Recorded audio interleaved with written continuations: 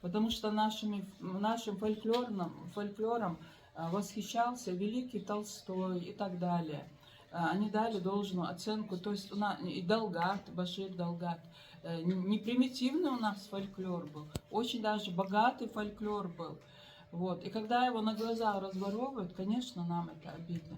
Поэтому, если кто-то болеет за культуру нашего народа, за историю, делает и становится не только исследователем, но и становится на страже нашей национальной культуры и нашей отечественной истории, я считаю, это своего рода подвижники и даже в некоторой степени они герои. Потому что это нелегкая стезя, очень много. А в данном случае личность такая, мы еще много чего от него. Я вижу его потенциал.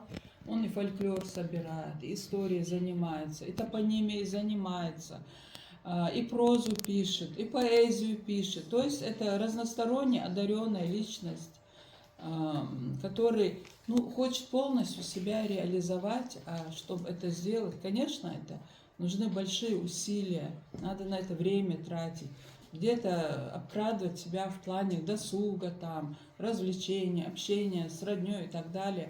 То есть он какую-то жертву этому приносит. Поэтому надо отдать ему должное. Да, это бывает. Когда ты можешь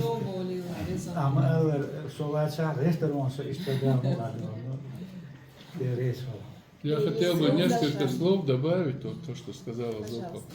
Я был в Грузии и разговаривал с одним кистинцем.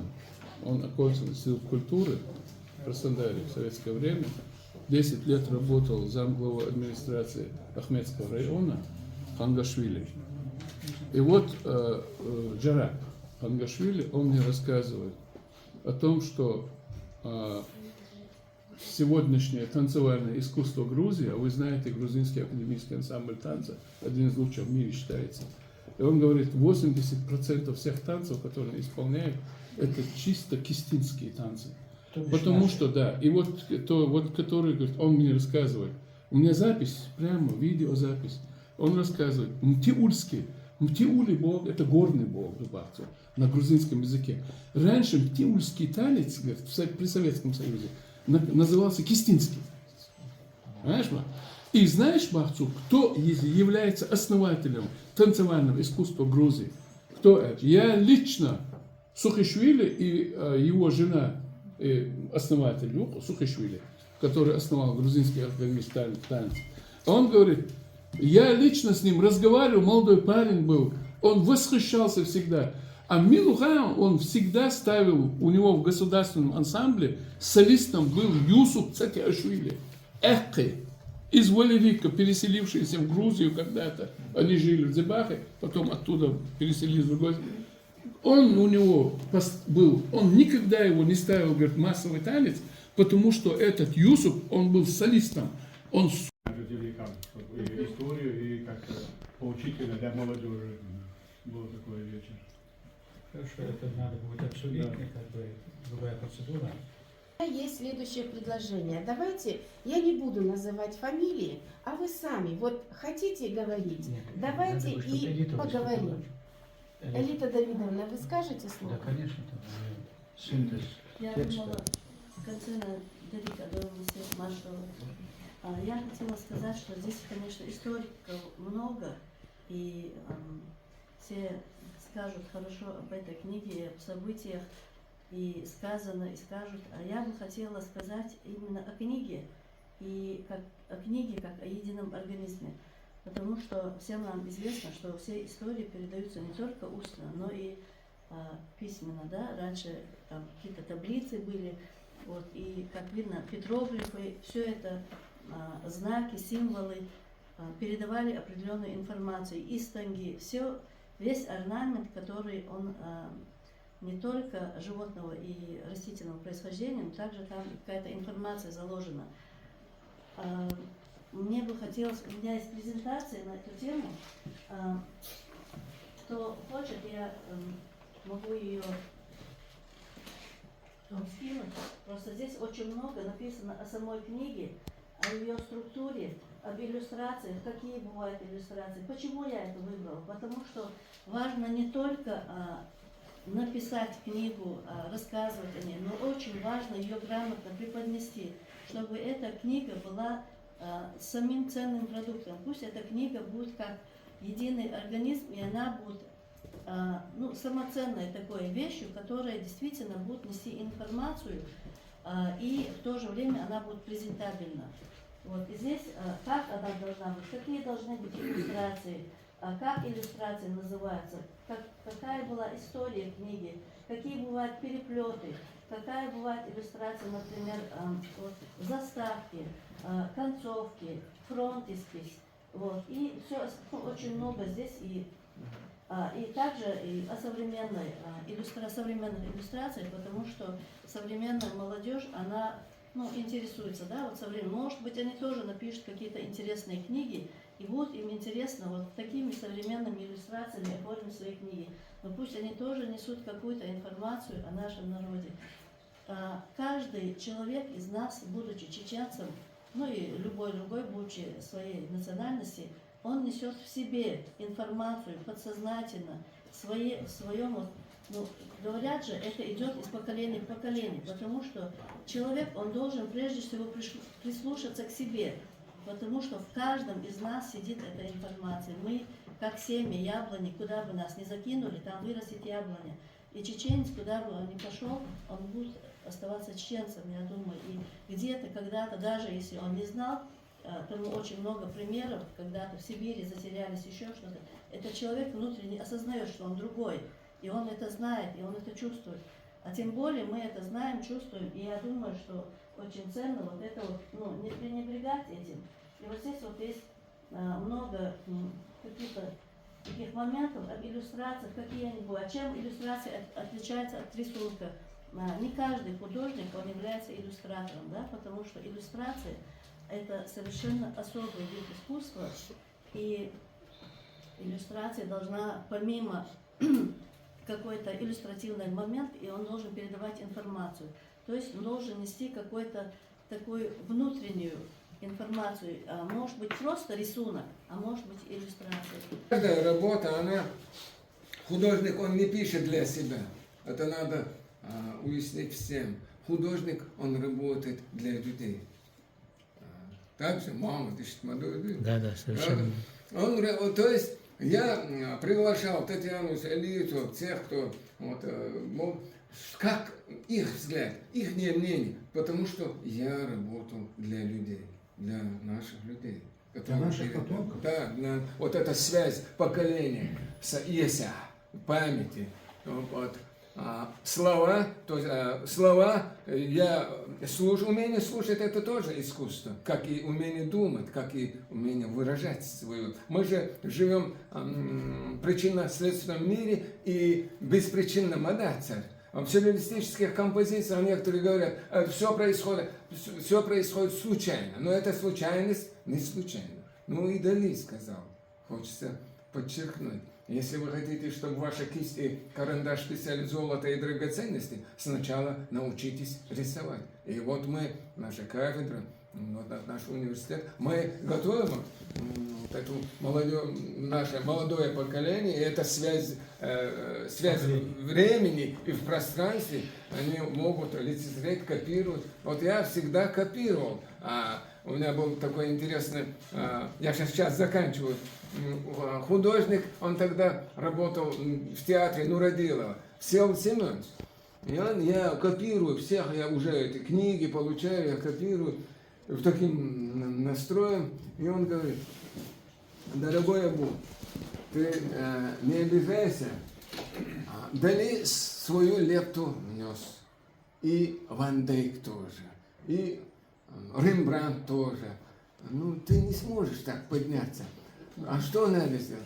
Вот через этнокультуру, через этноэлемент. Что у вас? Ты же чеченец. Да, я говорю. Тогда надо что развивать? То есть свою национальную идею нести. Что у нас основное? Кунган, символ, через символы. Верта, башня, символ архитектуры. Вот шельд, кинжал, символ чести, доблести. Herz, вот это. Что еще там?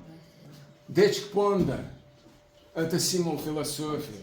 То есть наша история, она не писалась, а через отца к сыну, сыну передавалась. И вот, когда мы работали, вот этот поединок, вот эта работа, это последнее, их всех убьют. Вот это напряжение. Я сделал около 300 работ. 300, формат А2, А1. Не надо было так разойтись. Но Альви всегда он очень педантично, придирчиво относился. Но месяц, вот последний месяц мне было тяжело. И вот эту работу я сделал. Вот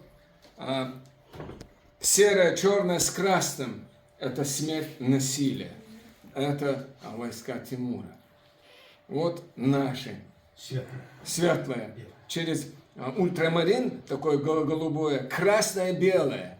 Красное в сочетании с белым у меня жизнь, жажда жизни, созидание. Но добавить, если желтое, это триумф, там есть желтое, там есть вот эта башня, она не рухнет, она, вот эти капли, это люди, их сердца, их судьба. И вот я постарался вот в таком, и красное вот это зарево, вот, быть или не быть. Все-таки величайшее из человеческих чувств – это чувство сострадания. Если есть знание, то эти чувства, они начинают жить и творить добро. И в данный момент наша вот встреча, мы тоже словом, жестом, взглядом, и вот это время, я думаю, что мы не зря. Мы вот сделали благодаря Альве, всем вам, условно, телепорт. В то время перенеслись. Это как провокатор сознания. Но зеркало – это подсознание. И вот между небом и землей, вот эта трансформация, вот это мгновение, вот этот миг, я постарался зафиксировать. Вот этот образ. Ну, у меня все.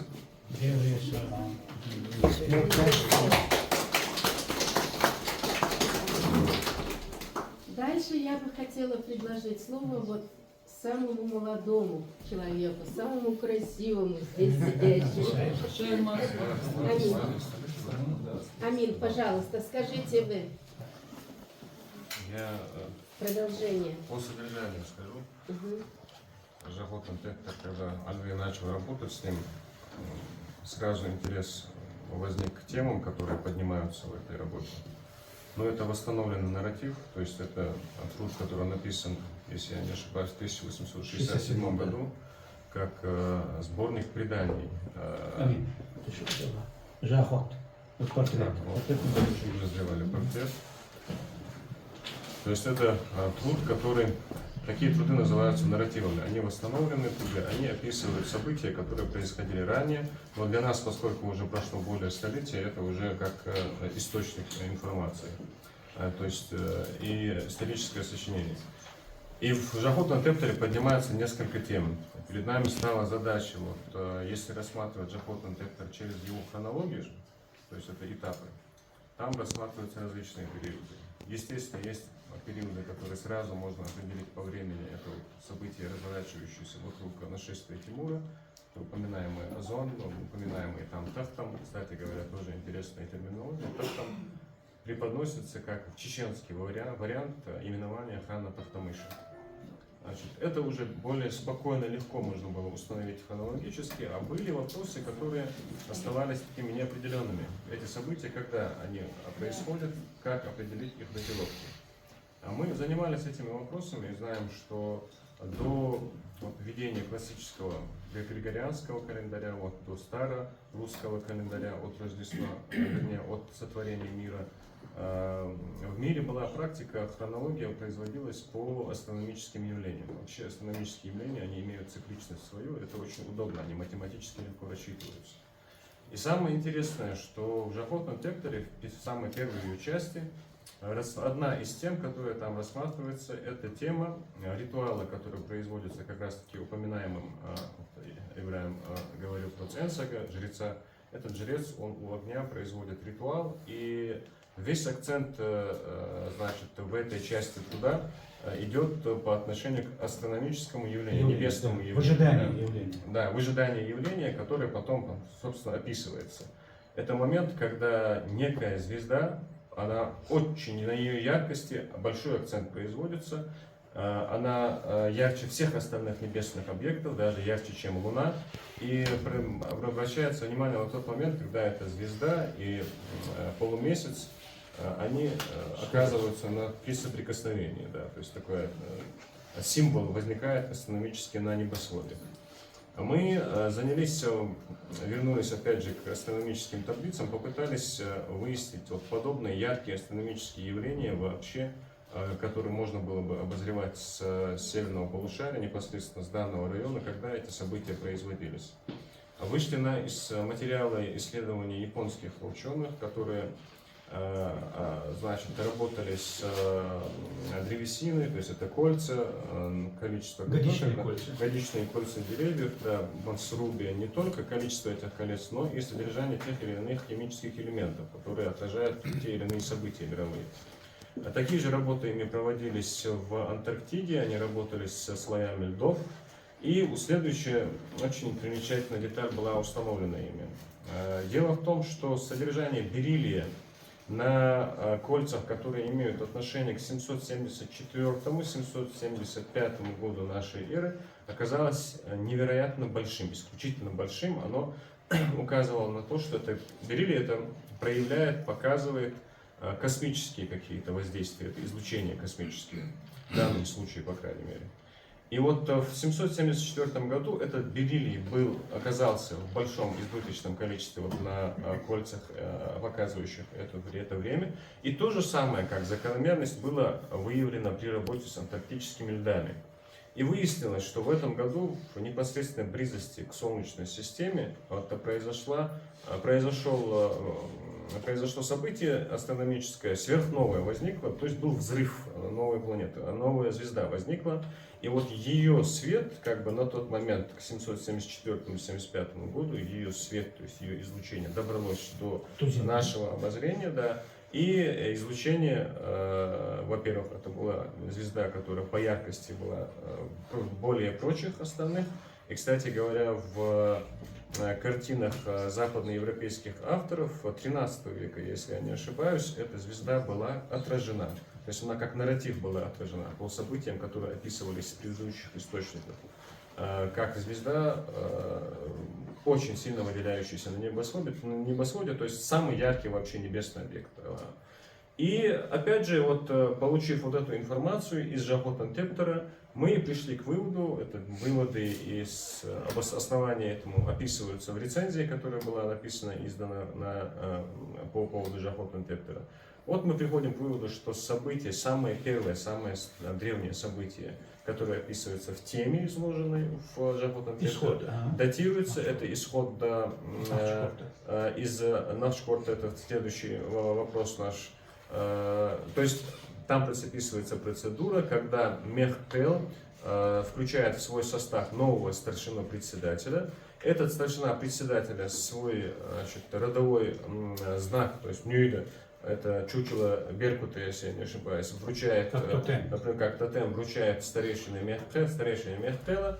Его старший сын остается в качестве инструктора, его младший сын остается в качестве, значит, участника боевых действий, то есть войсковых образований. То есть у него 5 сыновей и 3 сыновей вот в этот момент, значит, объявляются как бы теми, кому будет делегировано право и обязательство покинуть Навшкорта и заселить Аргунское ущелье. Да, Аргунское ущелье. То есть эти события мы датировали по описанному в Жахотантептере астрономическому явлению на основании проведенного анализа 774-775 годом. Вот это вот одна тема, которая приведена там. Следующая тема, это сразу мы переходим к вопросу Навшкорта. Это очень интересно, потому что, описывая Галанчужскую котловину, при этом описывая Мехкел, употребляя эти термины, описывая председателя Мехкела, Ценцага, жрецов и так далее, несмотря вот на все эти подробности относительно Галанчужского района современного, Жахот Антепта не знает термина «нашха». Это было самое интересное. Вместо «нашха» в нем употребляется термин «нахчкорт». На этом основании мы тоже стали проводить анализ, вышли на ряд преданий, в которых упоминается Нахчкорта, но совокупно с личностью Турпала Нахчу. Значит, более того, вышли на микротопонимию, в которой упоминается вот термин Нохчикорт или Нахчкорт в той или иной форме диалектической. У Сулейманова Ахмада они тоже упоминались, и не единожды. То есть один из этих наших квартов, туда вот сегодня Тамара Шавлаева отсутствует, но зато есть Залпа, да, вот мы совместно две значит, экспедиции были проведены на Нахшкорт, который сегодня известен и как Нохкорт, и Вариативно. да, но Нохкорт более среднее, позднее название, потому что Нох это человек, который вот 7 поколений тому назад только жил. Это современный Ачхо-Мартановский район, да, по-моему, на границе Ачхо-Мартановского и Свердловского. Нет, вместо Сунжинского, Серноводского у нас район. Да, Серноводский сейчас. На границе.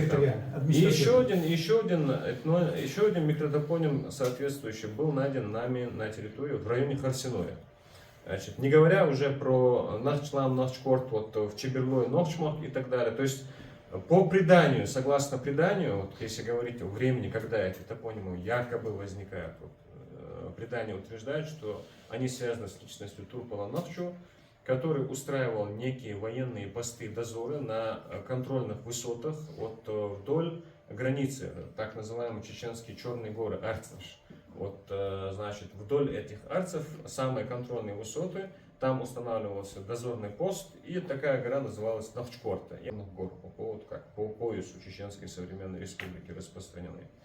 И мы пришли к выводу также, что термин Нахчкорт, он изначально, он под собой подразумевает ту область, которую мы называем не нашка сегодняшняя, узкая этнографическая, тейповая, да, нашка, а нано-нашка так называем. То есть вообще наш это термин,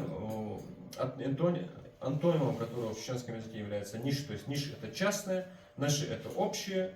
Значит, даже постановления Мехкела раньше назывались наш курвоо, то есть как бы постановления объявлялись для всеобщего собрания. Это считалось очень важным, очень как бы пафосной процедурой, и человек, который выполнял, озвучивал как бы эти постановления, считал себя очень уполномоченным для большой миссии, и поэтому такое выражение у чеченцев было, еще Гаев Салмат в свое время рассказывал, то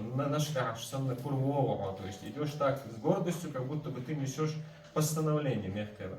Так вот, наш термин по вот тем данным, которые мы расписываем, судя по всему, он вытесняет термин Нахчкорта вот в промежутке между 15 и 16 веками. То есть на момент нашествия Астав Тимура у нас распространен именно термин Нахчкорт. И, кстати говоря, грузинские источники, о которых сегодня здесь говорилось, в частности, это в сообщении Кирилла Данаури об Нахчта. Да, Нахчта, там Хунста, там это как-то по формату идет, Нахч там идет конь, там страна Нахчта упоминается, то есть страна Нахчи. И судя по всему, мы знаем сегодня, и Аздин Мазар, о котором сегодня Ибрахим говорил, что он на 15 столетие описывает конкретную религиозную картину именно на территории Галанчужского района современной республики. То есть все сводится к тому, что вот страна Нахчта, о которой говорится в грузинском источнике, то есть у Кирилла Данаури, это 14 век, он описывает конкретно вот территорию частично Итумкалинского района, Галанчужского района, Ачхо-Мартановского района, то есть вот ту область, которую Жахот Антепта знает как Нахчкорт. Это еще один случай, прецедент, когда мы видим, что вот целый ряд источников, нарративов от различного периода, они совпали и подтвердили как бы друг друга и косвенно, и прямо подтвердили вот эту картину того времени. Это вот еще одна тема, то есть Нахчкорт. Третья тема, которая тоже была нами, она прозрачно наблюдалась, и она уже упомянута уважаемым Ибрахимом Табаевым, это тема, значит, Цулдейлдин или, значит, Религиозно. до исламского религиозного культа, мы убеждены в том, что это чеченская интерпретация, чеченский монотеизм, расписываем это своим образом, то есть мы знаем элементами огнепоклонничества, потому что если в исламе омовение совершается как ритуал, а ритуальное омовение совершается посредством воды, то широко в преданиях это представлено, и вообще в культе очага у чеченцев, быта, это тоже представлено. До исламском периоде, вот, условно назовем чеченский монотеизм, в этот период огонь как ипостась очищения, но дым как непосредственно физический элемент, посредством которого это очищение возможно. То есть ритуальное очищение, омовение в этой религии производилось посредством соприкосновения с дымом. Не мне вам рассказывать, вашему поколению, как мы эти спички брали вот так вот вокруг человека, сначала зажженные крутили, потом, значит, потушили, снова этот дым вокруг головы крутили, и потом еще нужно было этот дым через рот его вдохнуть. То есть это вот эти вот элементы, которые уходят в тот период. Этот культ, опять же, он выражается постоянно акцент на огне, и жрец у огня, и очищение через огонь, и одобрение, неодобрение выражается в Жахотан Тептере через огонь, и даже вот это вот мотив, поиск объяснения причин нашествия Астахтимора, вот тоже тема была затронута. В Жахотан Тептере вот мысль выражается, что судя по всему, огонь не принял наши дары. Да, вот опять вот мотивация, пытаются люди объяснить, вот увязать события вот непосредственно с культом и с его описанием в Жахотан Тептере. Еще один. Ритуал посвящения мартнахов. Это да, это тоже, я его не трогаю, потому что вот в вашей работе особенно этот вопрос рассматривается. Да, мы в рецензии тоже об этом пишем. Я думаю, вам есть что об этом сказать. Ритуал посвящения мартнахов, да. Не сейчас. Я это опущу, а вот перейду сразу уже непосредственно к теме Астахтимора, то есть хромого Тимура. Мало того, что вот нам сегодня из других источников, опять же упомянутых Ибрагимом, это Зафар Нама в